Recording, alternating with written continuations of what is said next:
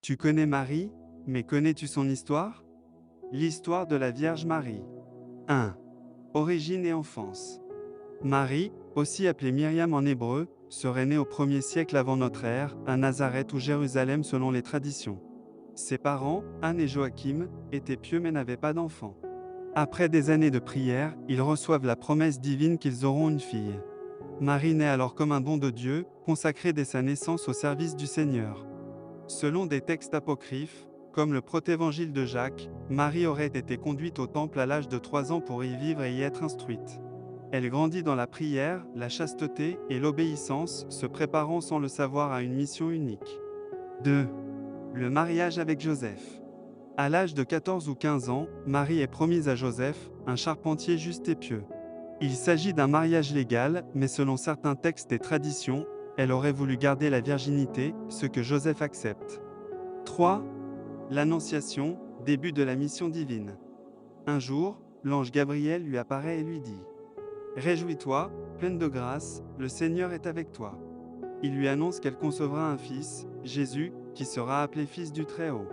Elle demande comment cela est possible puisqu'elle est vierge. L'ange lui répond que l'Esprit Saint viendra sur elle. Marie répond avec foi : Je suis la servante du Seigneur, qu'il me soit fait selon ta parole. C'est un moment central de la foi chrétienne, Dieu ne s'impose pas à l'humanité, il propose et Marie accepte librement. Par son oui, le salut de l'humanité commence. 4. La visitation. Marie rend visite à sa cousine Élisabeth, enceinte elle aussi malgré son âge avancé. Lorsque Marie arrive, l'enfant qu'Élisabeth porte, Jean-Baptiste, tressaille dans son ventre. Marie prononce alors un magnifique chant de louange appelé le Magnificat, où elle glorifie Dieu pour son humilité et sa miséricorde. 5. La naissance de Jésus. Marie et Joseph se rendent à Bethléem pour le recensement. Elle y accouche dans une étable car il n'y avait pas de place dans l'auberge. Les bergers, puis les mages, viennent adorer l'enfant. Marie, silencieuse et méditative, gardait toutes ces choses dans son cœur. Luc 2,19.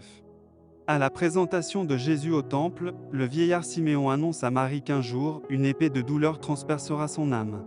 C'est une prophétie sur la crucifixion de son fils. 6. La vie cachée de Nazareth. Marie élève Jésus dans l'amour, la prière et la foi. On ne sait presque rien de ces années, sauf un épisode, à 12 ans, Jésus reste au temple à Jérusalem.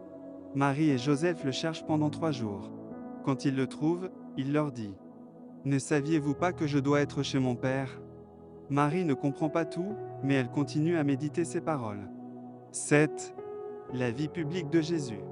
Marie apparaît à quelques moments clés de la vie publique de Jésus, comme aux noces de Cana, où elle demande à Jésus d'intervenir alors qu'il manque du vin. Jésus réalise alors son premier miracle. Marie ne fait que dire aux serviteurs : Faites tout ce qu'il vous dira. Cela montre qu'elle pousse discrètement vers la foi et l'obéissance à Jésus. 8. La passion et la croix. Marie est présente jusqu'au bout.